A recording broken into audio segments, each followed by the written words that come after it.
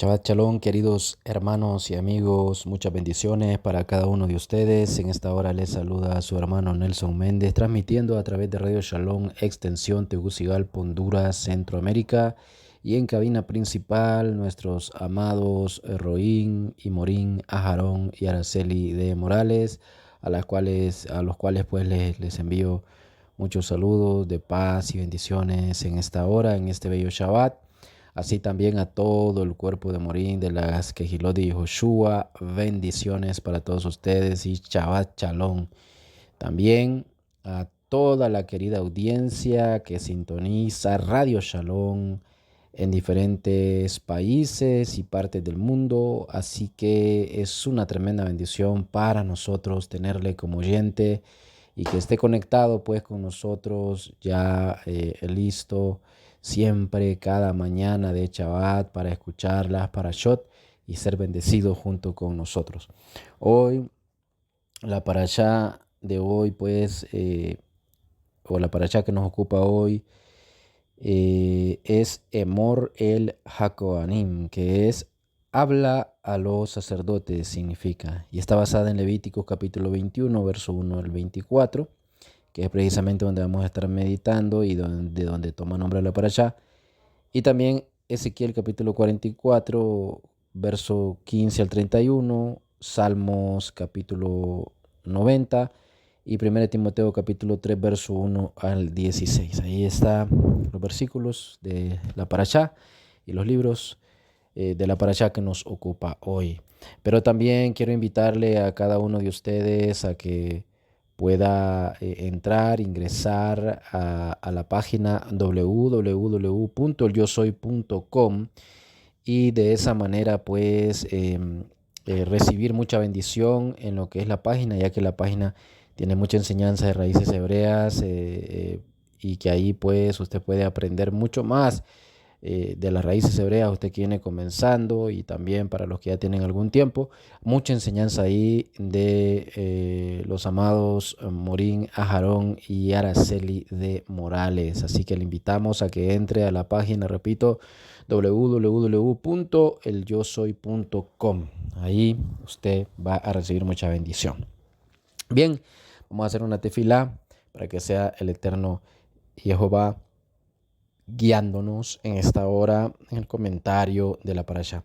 Baruch atah Yehová Eloheinu melech olam asher bachar banu mikol ha'amim venatan lanu et torato. Baruch atah Yehová noten hatorah beshem Yehoshua Mashiach sar shalom. Bendito eres tú, Jehová, Dios del universo, Rey del universo, que nos escogiste de entre todas las naciones y nos entregaste tu Torah. Bendito eres tú, Jehová, dador de la Torah. En el nombre de Yeshua, nuestro Mesías, príncipe de paz. Amén, amén y amén. Bien, así también envío muchos saludos a toda la Yeshiva Yeshua y a toda la Kehilá de Yehoshua, a la cual pertenecemos también. Es tremenda bendición para nosotros pertenecer a esta bella Kehilá, lo que es la Kehilá de Yehoshua. Bien, vamos a leer, mis hermanos, entonces los versos 1 al 3. Quiero que leamos conmigo de Levítico, que lea conmigo Levíticos 21, 1 al 3, para dar inicio. Y nos dice: Jehová dijo a Moshe: habla a los sacerdotes, hijos de Aarón, y diles que no se contaminen por un muerto en sus pueblos, mas por su pariente cercano, por su madre, o por su padre, o por su hijo, o por su hermano, o por su hermana virgen, a él cercana, la cual no haya tenido marido, por ella se contaminará. Bueno, sigamos leyendo hasta el verso 9. No se contaminará, dice, como cualquier hombre de su pueblo, haciéndose inmundo. No harán tonsura en su cabeza, ni raerán la punta de su barba, ni en su carne harán rasguños. Santos serán a su Dios, y no profanarán el nombre de su Dios, porque las ofrendas encendidas para Jehová y el pan de su Dios ofrecen. Por tanto serán santos. Con mujer ramera o infame no se casarán, ni con mujer repudiada de su marido, porque el sacerdote es santo a su Dios. Le santificarás, por tanto, pues el pan de su Dios ofrece. Santo será para ti, porque santo soy yo, Jehová, que os santifico. Y la hija del sacerdote del Coanín, si comenzare a fornicar a su padre, deshonra. Quemada será al fuego. Tremendo, ¿verdad? Bueno, ahí encontramos entonces el nombre de la parasha, Emor el HaKohanim. Habla a los sacerdotes, ahí en los primeros versos del 1 al 3. Y bueno, vamos a ver entonces qué nos dice. Hemos leído hasta el verso 9, leímos en el verso 2 que nos dice, excepto por su consanguíneo, el que está cercano a él, por su madre y por su padre, y por su hijo y por su hija y por su hermano. Este es el verso 2, dice, por su consanguíneo, el que está cercano a él.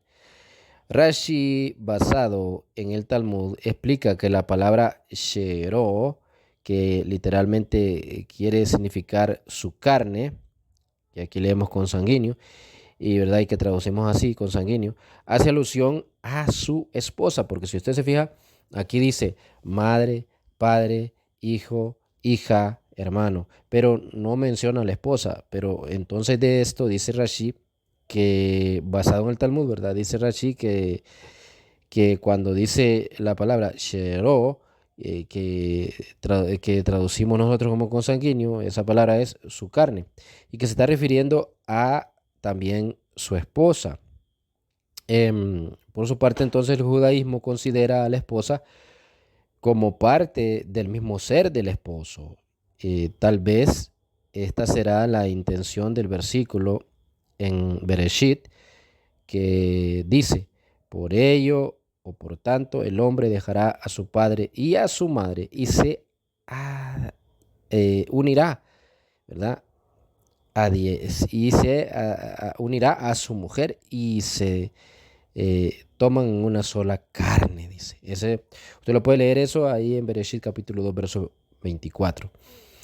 Si bien la Torá entonces había prescrito que el Cohen debe mantenerse alejado de todo lo concerniente a la persona muerta, la Torá, en su gran comprensión por los sentimientos del ser humano, prescribe también que el Cohen deberá ocuparse de la sepultura de los seres queridos que conforman su núcleo familiar básico. Y como ya dijimos, lo que dice Rashi basado en el Talmud, no solo incluye a la madre, al padre, al hijo, a la hija, a su hermano o su hermana, sino también incluye a su esposa, ¿verdad?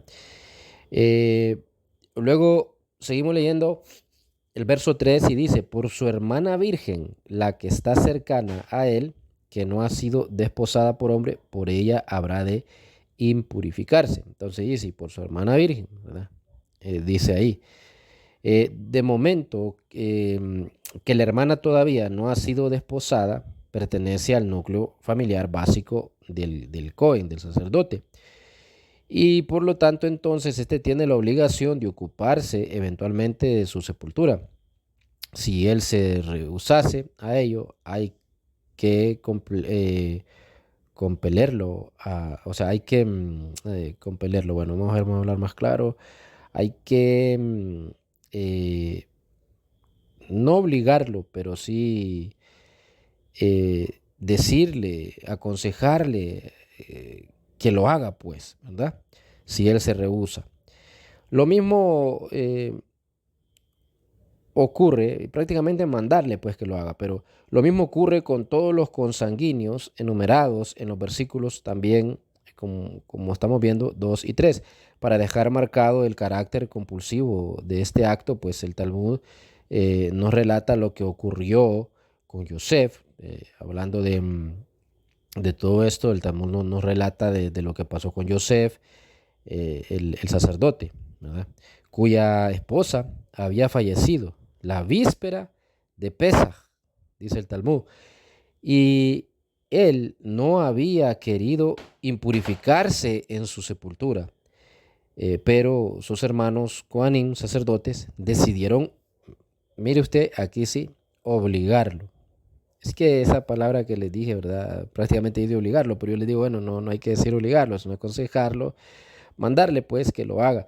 Ahora, Eh, em, Acá entonces el Talmud dice que el sacerdote, el Cohen Yosef, cuya esposa había fallecido la víspera de Pesach, y él no había querido impurificarse en su sepultura eh, ahí, pero sus hermanos Kohanim o Kohanim, sacerdotes, decidieron obligarlo a cumplir con esta mitzvah compulsivamente, ¿verdad? Eso lo dice TV Sebahim 100a. Ahí lo podemos ver. Am, bueno, leemos más adelante el verso 6. Nos dice, santos han de ser para su Dios y no profanarán el nombre de su Dios, porque ellos son los que presentan las ofrendas de fuego del eterno Jehová, el pan de su Dios. Por esto han de ser santos, ¿verdad? Han de ser kedoshim.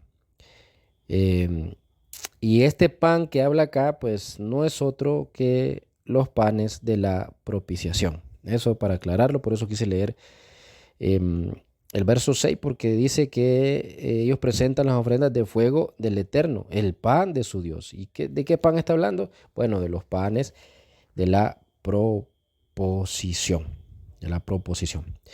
Luego seguimos al verso 7, y que nos dice, a una mujer prostituta o profana no podrán desposar, ni a mujer divorciada de su esposo podrán ellos desposar, ya que consagrado es para su Elohim.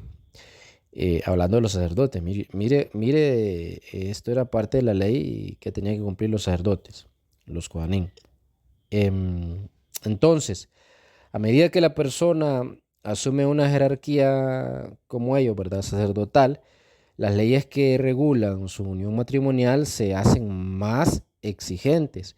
Y así vemos que, ¿qué es lo que nos dicen las leyes? Que prohíben las relaciones matrimoniales ilícitas para todo el pueblo de Israel también. Y es un amén, pues, y que figura en lo que es el capítulo 18 de Levíticos también. La Torá agrega nuevas restricciones al sacerdote, que sin embargo podrá desposar a una mujer viuda también, no así el Cohen Gadol, ¿sí? Porque es muy diferente. El sumo sacerdote, quien no podrá desposar ni siquiera a la mujer viuda, sino explícitamente a la mujer virgen, como figura en nuestro capítulo, en el versículo 14.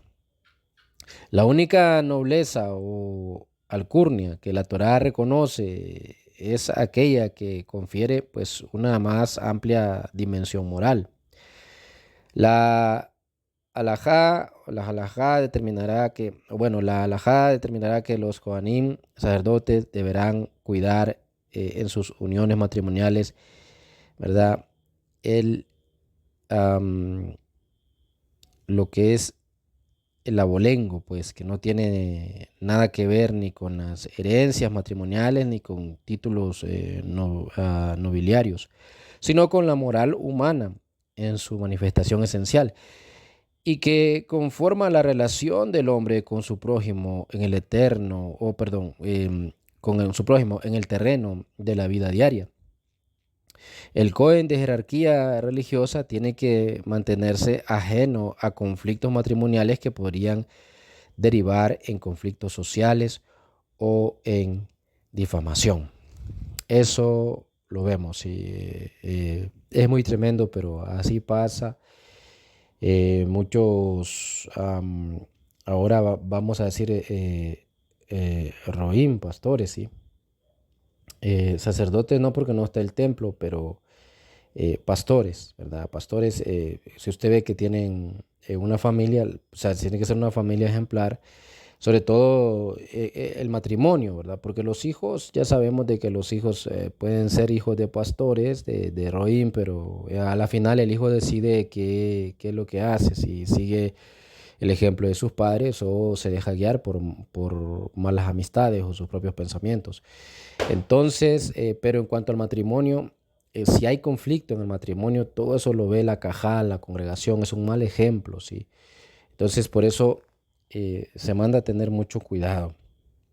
Ahora, en el verso 8 lo considerarás, dice, como santo, porque Él es quien presenta el pan de tu Dios, por tanto lo tendrás por santo. Porque santo soy yo, el eterno Jehová, que os santifico. Bueno, ya aquí miramos entonces, mis hermanos, que este capítulo trata principalmente entonces de la pureza de los sacerdotes, de los Cohanim. Y los sacerdotes, excepto el Cohen, ¿verdad? El Cohen halal que profana su santidad, aún lo que tuviere algún defecto físico, tienen prohibido entonces acercarse a un muerto a fin de no impurificarse, em, a fin de que no se impurifiquen, mis hermanos, a menos de que se trate de un muerto hallado en un lugar donde no hay nadie que lo entierre, lo que se llama en hebreo met mitzvah, o en el caso de que el difunto sea pues su esposa, su madre, su padre, su hijo, su hija, ¿verdad? Desde los 30 días de nacidos y hermano o hermana de padre siendo esta virgen. Los sacerdotes tienen prohibido igualmente contraer matrimonio con una mujer israelita que tuvo una vida irregular, deshonesta y poco honesta, pues, em, con la hija de otro sacerdote, siendo ella halalá, o sea, profana o fruto de un matrimonio prohibido para el Cohen, para el sacerdote, o con una divorciada, aun siendo su mujer de quien se divorció. No podrá tomarla de nuevo. Pero un sacerdote, un Cohen, puede casarse con una viuda, ya que solo el Cohen Gadol, el sumo sacerdote, es quien debía casarse con una virgen. Y bueno, y pasamos al verso 10. Recuerde que esta parasha está del verso 1 a lo que es el verso 24. Nosotros vamos ahorita comentando el verso 10 ya. Y bueno, y dice, y el Cohen, el que fuere promovido por sobre sus hermanos, sobre cuya cabeza se habrá de verter el óleo de unción, y que fuere investido por portar los ropajes de su cabellera, no dejará crecer, ni su ropa podrá rasgar, dice. Entonces, acá quiero que pongamos atención a lo que dice, y el Cohen, el que fuere promovido por sobre sus hermanos, ¿verdad? Entonces, en los versículos 10 que estamos leyendo al versículo 15, la Torá enunciará entonces los aspectos especiales y rigurosos que marcan la diferencia entre el Cohen Gadol, los sumo sacerdote, y sus hermanos los Kohanim simples, o sacerdotes pues simples. El Cohen Gadol ni siquiera podrá exteriorizar su duelo como lo hacen los otros Kohanim. Su dedicación al santuario era total, mis hermanos, y exclusiva, no pudiendo salir del mismo lugar casi nunca, haciéndolo, según algunos intérpretes, solamente para retirarse a su casa y al descanso nocturno. En síntesis, el mensaje parece ser el siguiente: Dios eterno, fuente de vida, pide que el Cohen Gadol, dedicado a su servicio, esté aferrado a la vida, alejándose de todo lo concerniente a la muerte, aún en las situaciones más extremas, como figura en los versículos 10 y 11. Los intérpretes de la Torá, los sabios, dicen que la grandeza del Cohen Gadol tenía que manifestarse en distintas áreas, como grande en sabiduría, estético en su aspecto exterior, con independencia en lo material. De no tenerla, sus hermanos los Kohanim debían preocuparse por su logro o consecución.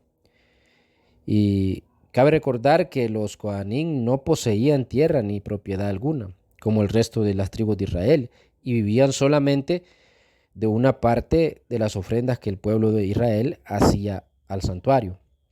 Por lo tanto, la idea parece ser que el Cohen Gadol debería vivir y servir despreocupado de problemas de subsistencia material, ¿sí? Dedicado completamente a lo que es el templo. Pasemos entonces al verso 17 y nos dice, habla a Aarón diciendo, un hombre de tu descendencia por sus generaciones que tuviere defecto no habrá de acercarse para ofrecer sacrificios ante tu Dios. Mire acá, dice, un hombre de tu descendencia. Pongamos atención a estas palabras de este verso. Un hombre de tu descendencia por sus generaciones que tuviese defecto. Bueno, este versículo aparentemente nos genera un dilema moral, ¿verdad? A saber, la persona cuenta por su esencia o por su apariencia. Maimónides, abordando este tema, dice que el vulgo y la masa del pueblo no tienen la capacidad de descubrir la esencia del ser humano, ya que ellos consideran grandes solamente aquellas personas que resaltan por su belleza estética, por el esplendor de sus vestimentas. Y como quiera que el santuario tenía que ser pues un recinto admirado y respetado por todo el pueblo. La Torá cuidará también entonces el aspecto exterior de las personas que oficiaban y que estaban en contacto directo con los fieles.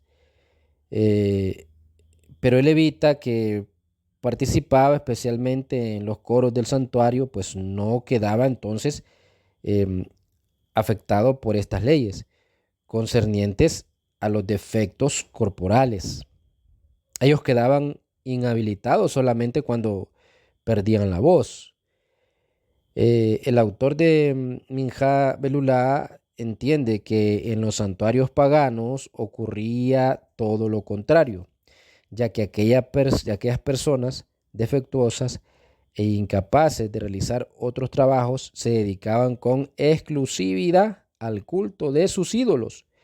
Y por eso la Torá quiere establecer una distinción básica entre el culto monoteísta y el culto pagano.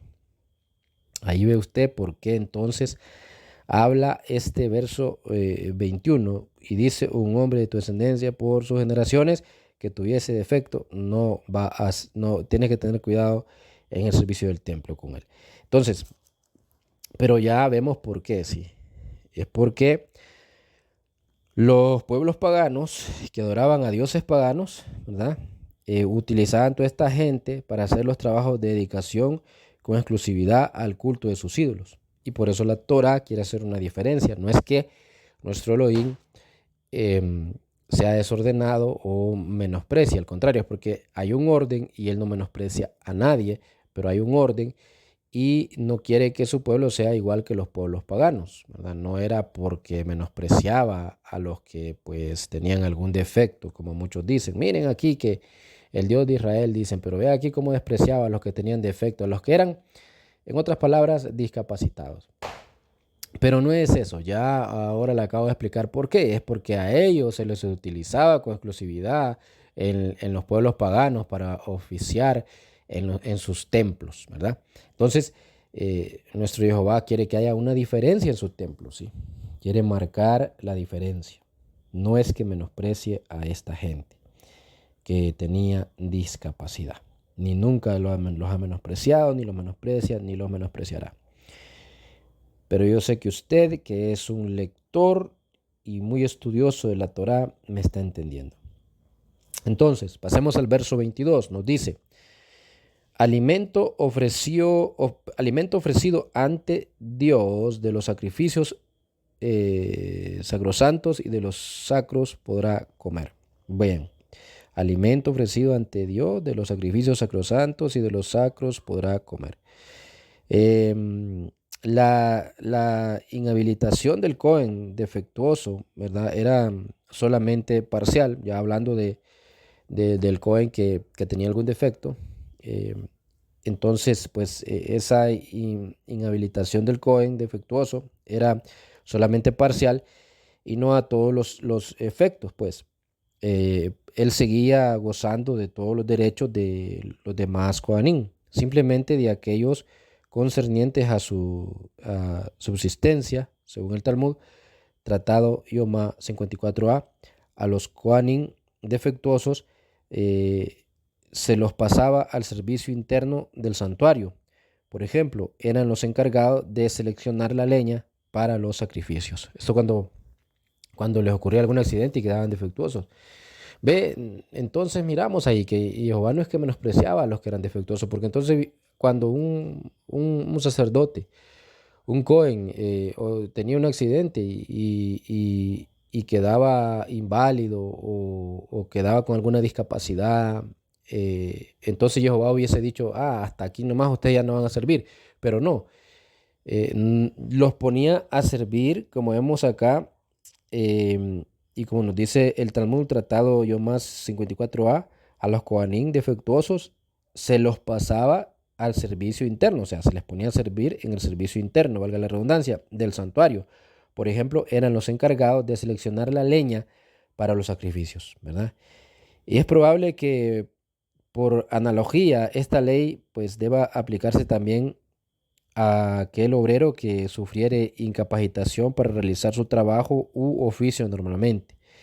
En ese caso, el empleador deberá proveerle una labor acorde a su deteriorada condición física para no cortar su fuente de subsistencia sin atender contra su dignidad. Al ofrecerle un sueldo, pues, por su trabajo antes que una dádiva, ¿verdad? Entonces, mis hermanos, pues ya ve usted que no era que nuestro Jehová menospreciaba a los que eran discapacitados en ninguna manera, como muchos dicen por ahí, ¿verdad? No era así. Bien, nunca lo ha hecho, nunca lo ha menospreciado, ni lo hará. Al contrario, Él ve por todos aquellos que son así, ¿verdad? O que tuvieron algún accidente y han quedado así. A nuestro Jehová le duele y ve por ellos. Bien, mis hermanos, hasta acá mi comentario entonces. Espero que sea de mucha bendición a cada uno de ustedes y pues nos escuchamos, si Jehová así lo permite, en la próxima parashá, el próximo Shabbat. Muchas bendiciones a cada uno. Quien estuvo con ustedes, su hermano Nelson Méndez, quien les dice a todos Shabbat Shalom y muchas verajot. Muchas bendiciones. Amén.